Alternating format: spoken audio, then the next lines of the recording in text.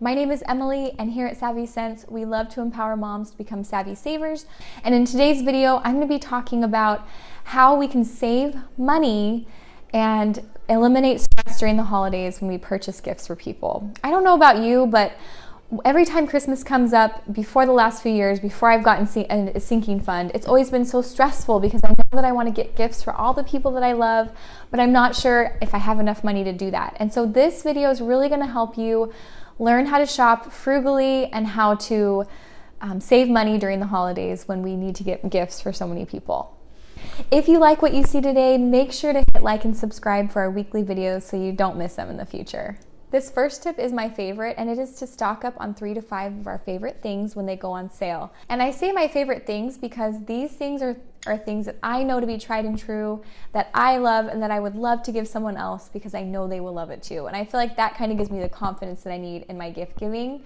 So if I can get them on sale, then I can save some money and have a gift ready as well. So I have a good friend who loves the Bath & Body Works hand soaps, and she's really good about stocking up on them when they go on sale. Last Christmas, she put them all in these cute little goodie bags with some candy, and she gave them out to her friends, and I received one of them and I loved it. So you can stock up on things like that and be able to give them to your friends confidently and know that you got a good deal as well. And a couple other things that I love that I try to stock up when they go on sale is this spatula. It's Orsangigi. You can find them in Utah or online, and they're $1 each, and it's seriously the best spatula. It's perfect for any dessert, casseroles, enchiladas. I love giving it away. It's such a great little find that I love. And the other thing is this lemon squeezer. It's such a handy kitchen tool. And when any of these things go on sale, I make sure to grab a couple of them so that I can give them to others during the holidays. So I will also say that I do want to emphasize the word lightly stock up. I think it's good just to get a couple extra things. I know for myself when I get too much, and I know that Cassie's talked about this too with inventory, if we get too much extra, then we forget we have it. So I think it's great to lightly stock up on the things that have gone on sale that you know and love to give to other people. What are some of your favorite things that you like to stock up on to give to other people? Please comment below and let me know. The next tip is to use eBay as a great resource to buy gifts for people. I know my son's birthday is coming up and he really wants a Fitbit, and so I went over to Amazon to see how much it was, but I also checked eBay because sometimes people will be selling something that is brand new to them, but they just don't want it anymore or never opened it and don't need it for a lot cheaper. So when I went over to eBay to check the price of a Fitbit, it was 25 to 30% cheaper in cost. And so it's always worthwhile to check out eBay, or you can get something that's like barely used for your kids that will feel new to them still, and it can save you a lot of money. Another tip with eBay is sellers will sometimes take offers, and even if it says that you can't make an offer, you can message the seller and say, hey, would you be willing to go down $5 in price? And you never know. I have been an eBay seller, and there's things that I just wanted to get out of my house and didn't want in my inventory anymore, and I sold it really cheap. So it's always worth a try. It's always worth an ask. Another tip is if you find a product on eBay that you love, make sure to favorite it, because the other day I found some jeans at Target that I loved. They were $65 or $60 to $70. I can't remember exactly.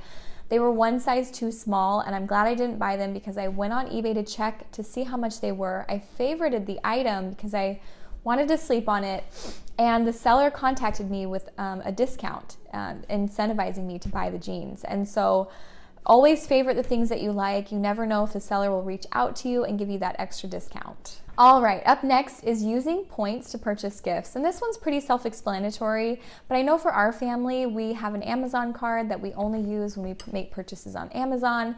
But the nice thing about it is we get this, percentage cash back. We don't have to do anything for it. It's just added to our Amazon account.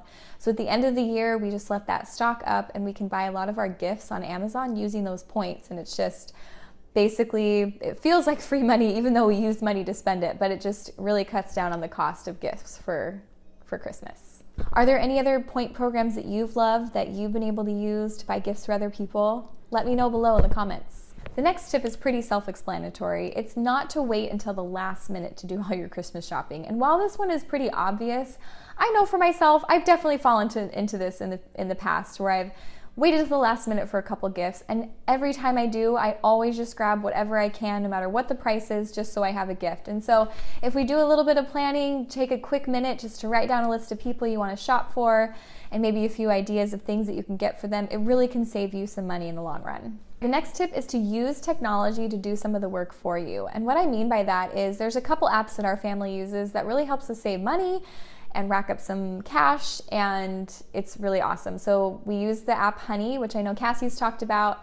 That will show you if there's any better deals on the things that you're looking for on any other websites, which is awesome. Another thing it does is it will input coupon codes for you to get you the best price or the best discount on that item, which is also awesome. And then the other app that we use is Rakuten, which used to be Ebates back in the day, but now it's called Rakuten, and it basically just applies a percentage cash back for purchases that you make. It's a great way to just, with no work at all, use a little extra cash when you're online shopping for holiday gifts. I will say that these sites, just as a word of warning, they do advertise good deals, which can sometimes suck us into buying things that we weren't planning on, so do be careful of that. But this tip is all about using technology in your favor.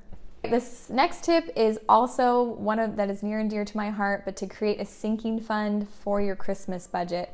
A sinking fund is setting aside money monthly for something that you're going to need in the future. Now, what is ideal, even though this video is coming out in November, it's good to be starting to save way earlier on than that. So make sure you set aside a little bit each month for your Christmas budget so that when that time comes, you can spend the money guilt-free and you know exactly how much you have to spend. If you want to know more information on how to set up sinking funds, how the logistics work, make sure to check out Cassie's video where she explains all of that so that you can set up a sinking fund for Christmas. The next tip that seems a little counterintuitive maybe, but really will save you some money, is resisting Black Friday deals and all of the deals that come out in the ads and advertisements on your favorite places to shop during the holidays.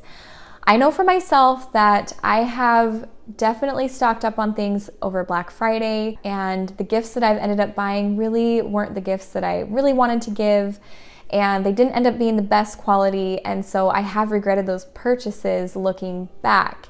And so I think if you're someone like me, it's really great to create that list ahead of time, kind of have an idea of what you might get for those people, and then just stick to that list. The next tip is to not underestimate the value and the power of a non-monetary or free gift to someone else.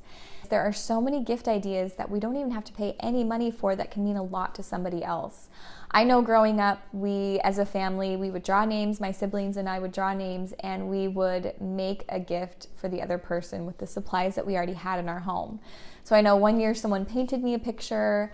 I made some little clay cars for my younger brother one year, and those are the gifts honestly that I remember still. Some other ideas would be to offer babysitting or a date night to somebody who needs it, or offering to clean someone's house a couple times. Another idea would be carving out time for someone else that you want to spend more time with, like hiking, biking, or sightseeing to a new area. I know one year my sister-in-law, she made a video compilation of all of the pictures of adventures that the whole family had taken together that year, and we watched it at Christmas time, and it was so awesome, and it's something that I've always remembered because it was such a meaningful but free gift. You can bring somebody else a homemade treat with a homemade card. Another idea is to give your kids a coupon for time to spend with you or dad. Those little tiny gestures can go a long way, and they don't cost you a dime.